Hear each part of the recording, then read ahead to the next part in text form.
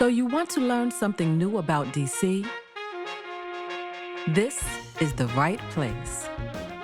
Here are 16 different examples of community storytelling and neighborhood preservation happening all across our city.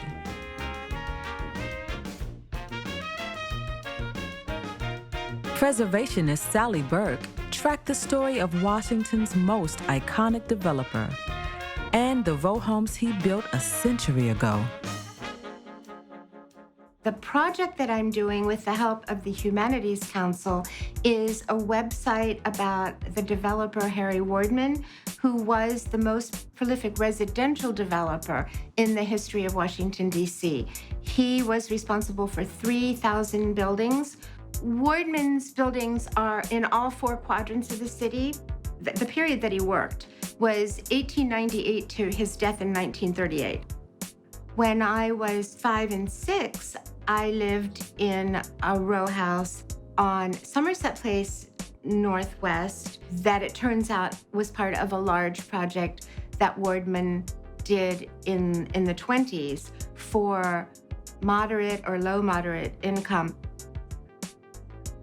People are very familiar with the Wardman Park Hotel, and that's what they think about. But if I have to choose one iconic image for Wardman, it is, in fact, the front porch row house. Of any preservation goal that I have right now, the number one is to save as many of those houses as possible. I'm a second-generation Washingtonian, and I've always been intrigued by the fact that we're a city of so many front porch row houses. I'm not aware of any other residential building type that contributes so much to the cohesion of a neighborhood as the front porches do. In 1909, he was able to acquire a huge tract of land up 14th Street, where the streetcar was going to go, between Monroe Street and Spring Street, and east of 14th Street. One block below is Park Road. Park Road is where the fabulously revitalized Tivoli movie theater is now, and all that exciting development that's gone on around it. But it also does, in fact, pose a threat to Holmead Village. I've seen in other parts of Columbia Heights and other parts of the city, enclosing the front porches for more saleable square footage. And the loss of a front porch is really an enormous loss in terms of community activity and neighborliness. Well, everybody who wonders if they're living in a Wardman house or apartment building will be able to go online and find out, because there'll be a database that lists every single one. Echo Hermanas traveled along the Anacostia River to film the stories of women eco-leaders. And we ask that you continue to flow in good health and vitalization. Blessings be upon For the DC We Project, which is the DC Women Eco Leaders Project, we focus on the Anacostia River and the communities east of the river, but also other communities in DC that are touched or have significant women eco-leaders. A women eco-leader is someone who is rooted in their community, has a spiritual connection to Mother Earth, and is forward-thinking in the way that they want to bring out the stories of their community. A lot of them were connected to environmental justice. So we wanted to feature women that were of color, because we don't have enough spaces for those kind of conversations. We were fortunate enough to film during the Black Native Conference in DC, and we had these two sisters. They were Black Cherokee women, and they were remembering how the Anacostia River and how DC was back in the 50s and 60s. And they had these amazing stories where they said they could see the turtles walk up to their home. It's called Anacostia River. We come from that area of the city, and it was just wonderful to see the river flowing, you know, and it was clean during that time. So now the environment has gotten... And they recall that they could put their teepees up in the back of their home, and they would walk to the river barefoot.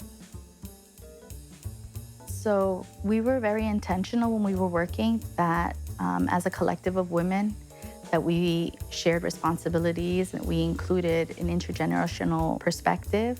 Although we were featuring women, we wanted them to be self-identified women.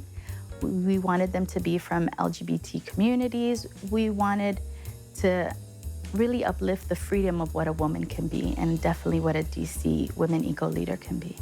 This traditional shawl, which is what women wear when they do a blessing or want to do a ceremony, but it signifies the spiritual connection the women that were interviewed have to the Anacostia River and just the beauty of tradition in our stories. The Black Student Fund organized and trained a crew of young adults to photograph and catalog all 25 blocks of the Upper Georgia Avenue corridor. Our project was to document Georgia Avenue and its architecture and appearance as it was in 2014 in the summer. The Upper Georgia Avenue corridor really begins at Georgia Avenue and Military Road and extends northbound to Eastern Avenue. On the lower end of that corridor is the Walmart that just opened within the last year. And in this particular neighborhood, there hasn't been a lot of visual change in a while. But with the changing demographics of the city, the development of the Walter Reed project, the closing of Walter Reed, and the development of a multi-use project there's a tremendous amount of energy. There's a tremendous amount of desire to do something to make Georgia Avenue, the upper part of Georgia Avenue, look better and be more of a vibrant economic corridor.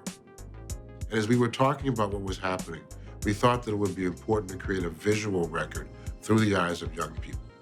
They are more likely, honestly, to be around 30, 40 years from now, to be able to say, I was involved with that. I'm one of the photographers. This is what I saw. This is what I now see in that neighborhood. So I thought that students could receive 3 skills. Learn a little bit about photography, learn a little bit about web making, and a lot about historical research. We hope to deposit that archives in a couple of libraries here in DC. So we've created, with the help of a consultant, a simple website that houses all the pictures and has them archived block by block. They were eye-opening experiences for the students. Someone coming along years from now will have a rich volume of materials to draw upon. Summer campers from Langston Terrace Dwellings investigated the special history of 4 schools, sharing one hilltop in their northeast neighborhood. Our kids were gifted with a grant from the Humanities Council to do some oral video history projects. So the first school that was built there was Charles Young, and that was built in 1931, followed by Brown, followed by Phelps, and ending with Spingarn. The Hilltop Campus Schools, also known as Education Hill, was the first planned public school campus built specifically for African American students during a period of segregation. It was no such thing as, I can't get this, because the teacher would say, well, I'm gonna work with you until you do get it. A campus with schools that would address every grade level together was very unique. They were built during a period of racial segregation that was happening in DC, and there weren't a lot of schools open for African American children. Now, these schools are located in an area called Kingman Park, and at one point in time, homes were built there, single-family homes were built there to be sold to white people. But the white people didn't want to move there because those homes were near a dump. So then those homes were offered up to African Americans. The school population came from Kingman Park, River Terrace, Kenilworth, and Langston Dwelling Public Housing Projects. As we speak, Spingarn closed 2013. The Hilltop campus schools may be in danger if it is not put on the National Registry. Well, during this summer, not only did the kids do research, kids interviewed principals, residents who attended some of the Hilltop campus schools, and we spent time in the Washingtoniana room, and it really amazed them that they had newspapers and articles that dated back as far as 1918, 1947. I took them to the Charles Sumner School, and there was a gentleman there, and he attended 2 of the Hilltop schools. And they asked them questions as simple as, what kind of lunch did you have?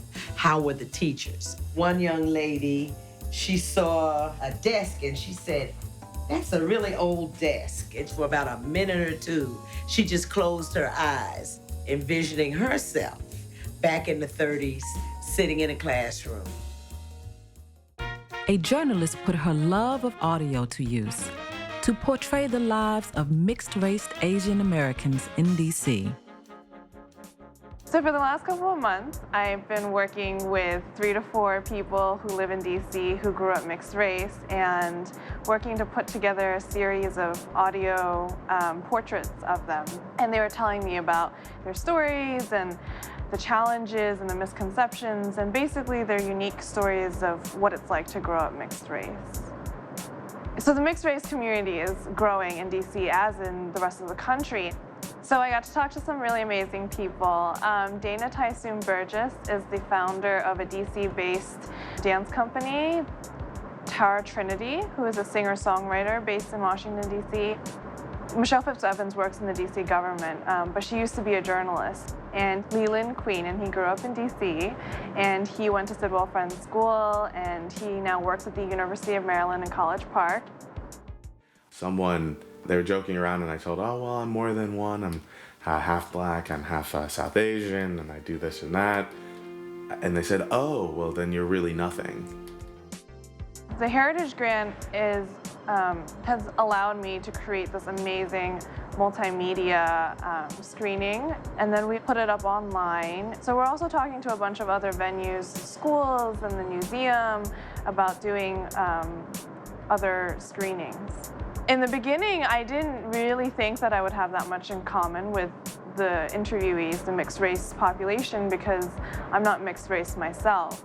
But as I started talking to all these people, I started learning even more about like how I identify and my own identity. And everybody has that experience of being categorized on the outside in a way that they don't necessarily feel on the inside. The Ward 8 community honored and documented its strong lineage of leaders. We're preparing for recognition of Ward 8 residents who have been the sheroes and the heroes and kept this ward together for many years. Not many people understand the struggles of Ward 8. And we've had a very bad reputation of drugs and crime, violence. But there's a lot more to Ward 8. There's been a lot of people who have sacrificed, who have advocated for better communities. I've made several trips down to the Dr. Martin Luther King Library to research the number of persons that we want to honor. I've done some phone interviews, and we also have done some in-person interviews and videotaping. We have created an exhibit of each of these honorees, and they were displayed at the brunch. Do to others things you want them to do for you. So I thought that basically described not only myself, my philosophy, but also what the community activists and legends in Ward 8 also abide by. Without the activism, I think we are doomed, and I think activists are fearless. Some of these activists we have today are fearless. Some of them put their life on the line, in order to try to help save this next generation.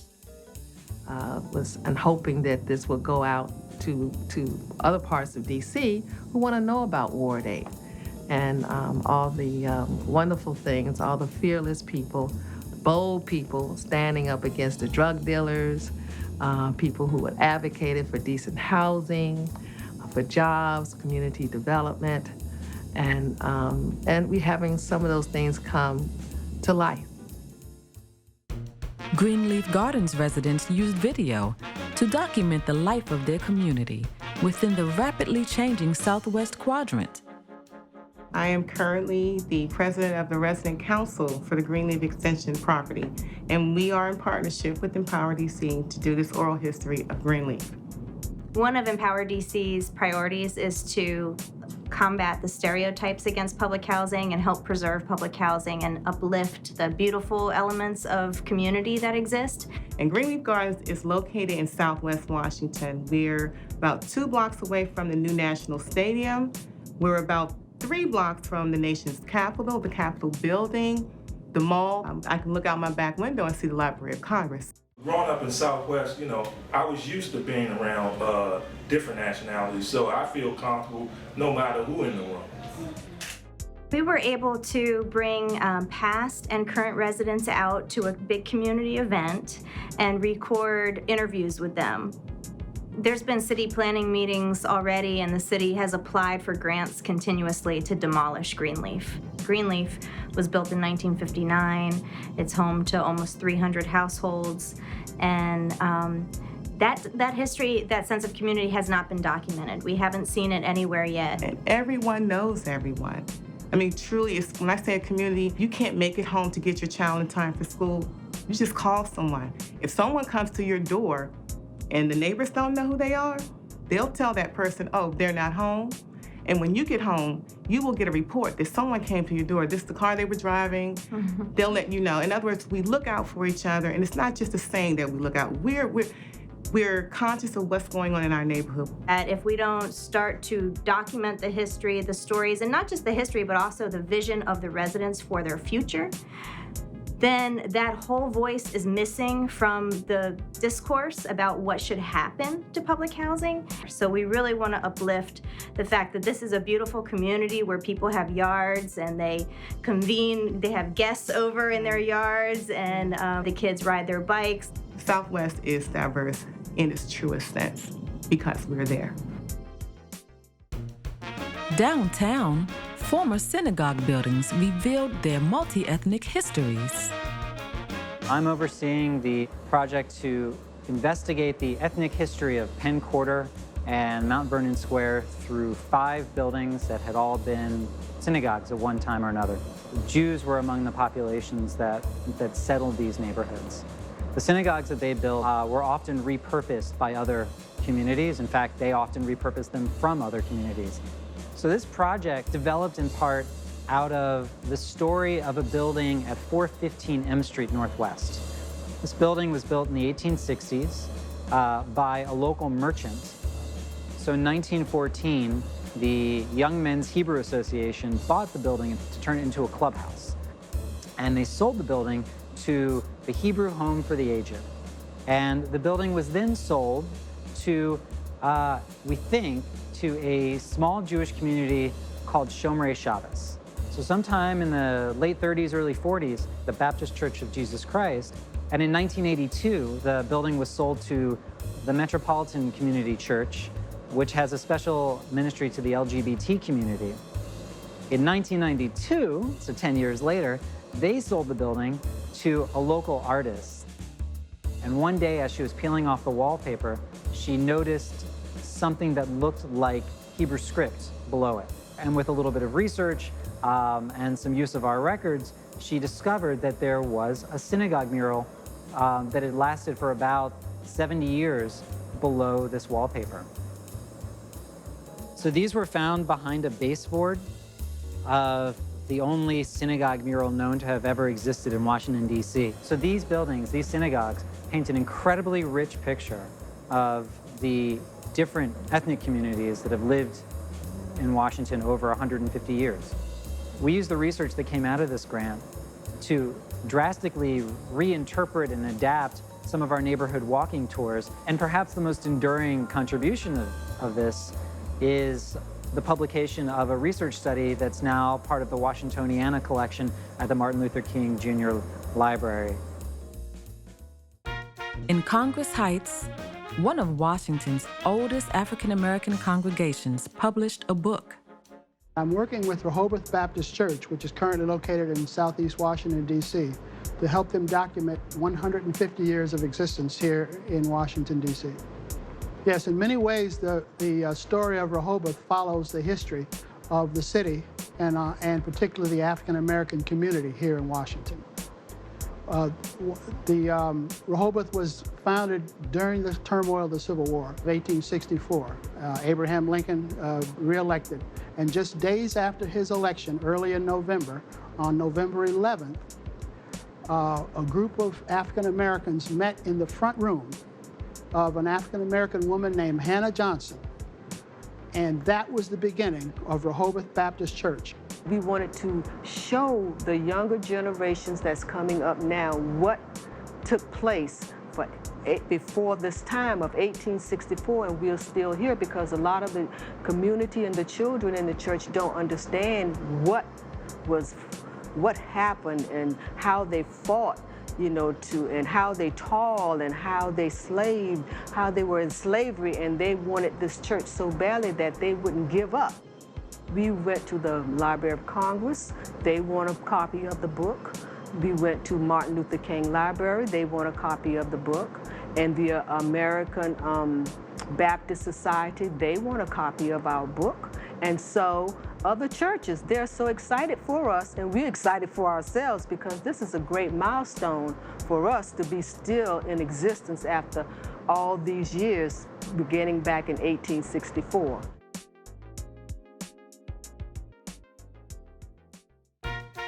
In Adams Morgan, a former youth program director and her former program participants reunited to map audio stories in their changing neighborhood. Story Map is a project to gather stories in Adams Morgan, but particularly old-timers and newcomers, because there's a lot going on, but it's all underneath the surface. I was born and raised in Adams Morgan. I just want people to appreciate Adams Morgan instead of just thinking of it as a place to get drunk. My mom, a single mom, she moved us into Adams Morgan in 1968. It was where she could find a house, and she had one friend on the block. Adams Morgan is in the northwest section, right off of 16th Street. Another boundary is the National Zoo, and we're kind of tucked there in the middle. It's a very dense neighborhood. There are a lot of people, and my best memories are me being outside on the street in my neighborhood. We're going around interviewing people who lived in the neighborhood and people who no longer live in the neighborhood. Brandon and another young man, Jahari, sort of went out with an assignment, essentially, which to gather stories that are disappearing in some way. But then on top of that, we have been giving everyone we can think of this phone number, and we're asking them to call in kind of on their own, and they leave a message, and they tell a story. My memory is of the Ontario Theater back in the late 70s before it closed. I saw... As youth, you know what I'm saying, we grew up playing basketball up Ontario Road. It's like this, off from Adams Mill. So it's a basketball court. Everyone come out, play basketball. And Jahari said, as I was interviewing him, isn't it funny how like the dog park gets renewed before the basketball court? Or isn't it funny how the field is now locked up? And then we start thinking about how it used to be when it's just like, it was free for everyone. So everyone can be able to come run on the court, people let their dogs out and stuff like that. I really think the best of my neighborhood is outside. It's when Mr. Saunders is taking a walk, or when the firemen are hanging out and kicking it and they talk to you, or when you do go to the park and the guys are playing basketball. It's like a cacophony, but it's also a ballet. But that is kind of changing. It's because people are like in their apartments and they don't come out, and when they come out, they have their earbuds in. But what I want to see if this could happen, that the newcomers could meet the old-timers through stories and maybe just understand each other a little bit. So much history that no one actually knows about what goes on within the community, that is something that people should be able to hold on to. A cabinet full of relics led Wilson High School to a high-tech solution for preserving its history. Wilson is located in Tinley Friendship. It's west of the park, Rock Creek Park. When the school closed for renovation, and I was only 2 years into the school, I discovered a file cabinet that was loaded with memorabilia with scrapbooks and yearbooks and old copies of the student newspaper. And as they were going through the building, we started taking down all of the old class pictures that hung, war plaques that we had for students who died in World War II, in Afghanistan and Vietnam. But we realized that they were going to disappear. They were breaking down. They were disintegrating many of the articles. Through this project, we were able to acquire Past Perfect, which is an online digital collection archiving system that's used by many historical societies around the country. And our group, along with other volunteers from the community, parents and teachers, are actually going through all these materials, scanning them, putting them into the system. And once we're finished, it'll go online so anybody around the city or around the world can access our history. One of the interesting things about Wilson is that it was one of the last schools to integrate in the District of Columbia, which happened in 1968. So as we were going through the archives, we were able to see the transition of the population from 1937 to today. One of the great things about this archives is it gives us a primary source for students so that they can actually use these resources as they study world history, as in the wars, as they study DC history. The Berry Farm community mapped its centuries-old history on foot and in print. The project that we're doing is a historical preservation tour of the Berry Farm community. Berry Farms is located in Southeast Washington, D.C. It's in Ward 8. It is east of the river, and it's located near the Anacostia Metro Station. We had a historical preservation tour in October, which allowed residents to be a part of the process and allowed city officials and developers and other entities of the community to be a part of that process, to see the community as it is. And with that, we will continue on doing tours guided by the Berry Farm residents. The tour started at the Anacostia Museum, and then we got on our tour bus. We traveled around the Berry Farm, the original Berry Farm area, the historical Berry Farm area, the expanded portion of Berry Farm before it's what it is now. And from there, we took a walking tour around the Berry Farm community. 3 Berry Farm residents received a certification to conduct tours of Berry Farms. With this tour, we're also doing a project booklet. One of the things that we're doing in a project booklet is highlighting residents who've lived in Berry Farms 20 plus years. And with that, we have their stories, we have their pictures.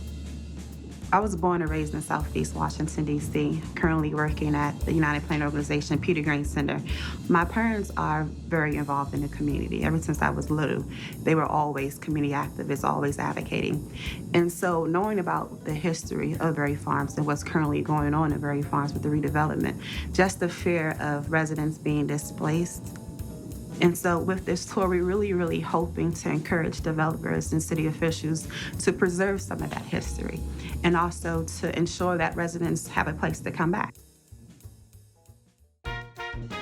A lifelong Petworth resident used historical video to inspire her community. My project is a video on Petworth neighborhood. Petworth is in Ward 4 in the Northwest region. It runs up New Hampshire Avenue. I know from doing the video that the boundaries, they say, are Rock Creek Church Road, North Capitol Street, Georgia Avenue, and for my particular video, I let the boundary fall on Gallatin Street. It used to be a settlement in Washington County, which before it became part of the District of Columbia. John Taylor III, he actually was connected to George Washington. He was a Federalist, actually.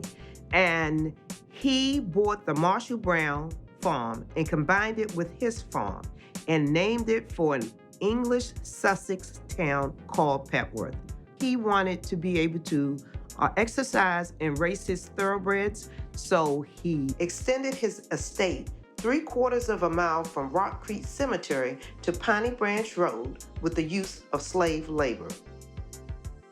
Okay, this is something that's really, really interesting. The fresco mural that was uncovered at Roosevelt Senior High School. During the renovation, they uncovered 2 murals under so much paint dating back to 1934. The murals are being restored and they're going to be part of the new structure. I was able to speak to the principal of Roosevelt Senior High and get his take on what the mural meant to Roosevelt and also to the community. Because it almost was a sign that history, legacy can get covered over if the school community, the alumni, the people of this community that have been long-standing do not own it. I grew up in the neighborhood. It was an amazing neighborhood. We had the library. There were a lot of businesses up and down Georgia Avenue. And, you know, at that time, as I said, even 14th Street was being embraced as part of Petworth. We spent a lot of time on our porches. I used to sit on my mom's porch and I could listen to the Carter Barron concerts from there.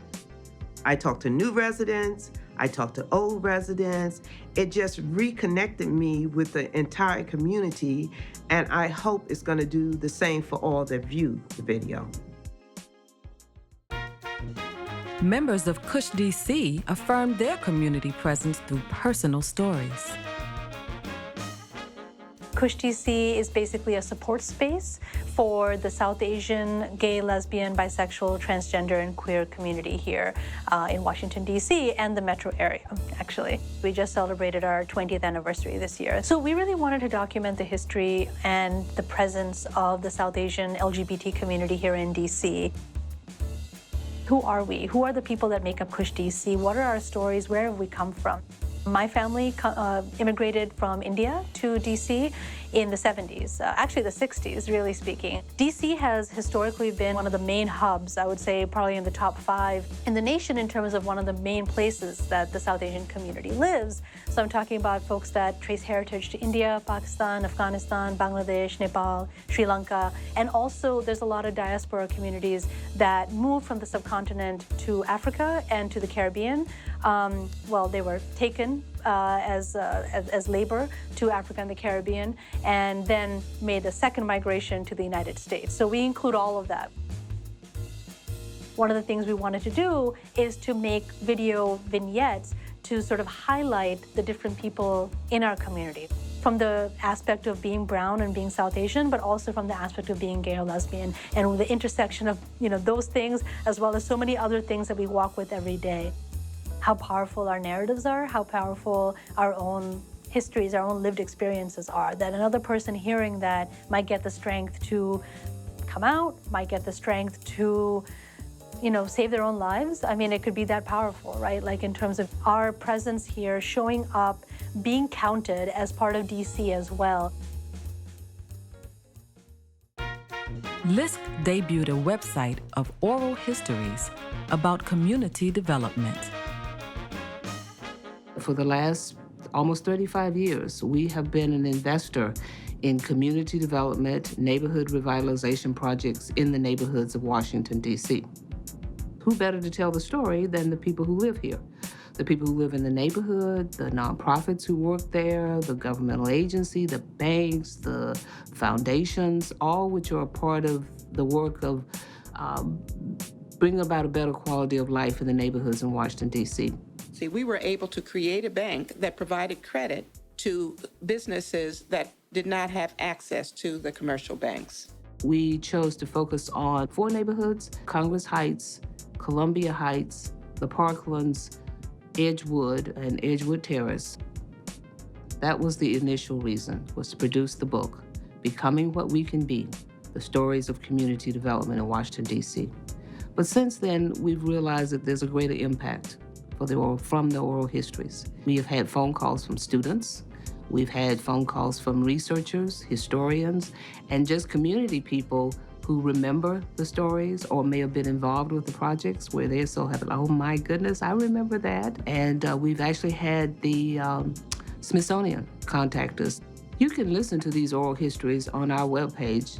It's also a way to recognize those who brought about change. Too often, that gets lost. I see this city changing every day. I walked down 8th Street and 14th Street and other neighborhoods that when I came in 1995, the change just wasn't happening. But there were pioneers. There were individuals who worked at nonprofits and who lived in the neighborhood who believed and who said, I am going to make a change. I'm going to stay. I'm going to build. And that's the foundation on which we see the change happening in this city. A unique coffee house mounted a permanent exhibit celebrating its neighborhood roots.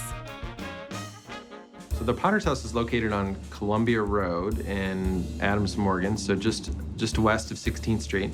And Adams Morgan has for a long time been kind of a crossroads for rich and poor, black and white, long-time resident versus newcomer. It's been a center for recent immigrants, and it's also had some of the most kind of historic Tony'd properties in the city. And what we're really seeking to do is talk about the history of the past 54 years of the Potter's House and how that's really intertwined with Adams Morgan itself.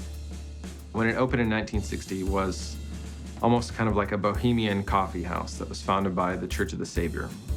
The streets behind the Potter's House really experienced a lot of poverty and kind of exclusion. When the Potter's House thought of itself as a space for coffee and conversation, but it could even still be disconnected from the community that surrounded it that was experiencing poverty. In 1968, riots swept through Northwest DC and parts of Northeast DC in response to the assassination of Dr. King. People at the Potter's House were awakened. It was, for many of them, their first time they became to understand these systemic issues at all. And to say that working for justice and compassion is a key component of our faith. That kind of grew out of that moment. The Potter's House became a hub for community action. Jubilee Housing, Jubilee Jobs, Columbia Road Health Services, the Family Place, Sitar Arts Center. These organizations and many others really began, again, around our tables. So I've got here an early menu from the Potter's House that's part of our story wall. I think it's from 1969 or 70. On the inside, it has some of the coffees that we featured over the years and the dessert, but what I'm really excited to share with you about is what's on the back. It reads here, the Potter's House is a group of people who have a vision of the city of Washington made new, a city that works on behalf of all its people. The DC Community Heritage Project grantees demonstrate the rich diversity of our neighborhoods, cultures, and experiences. Thank you for sharing in the conversation.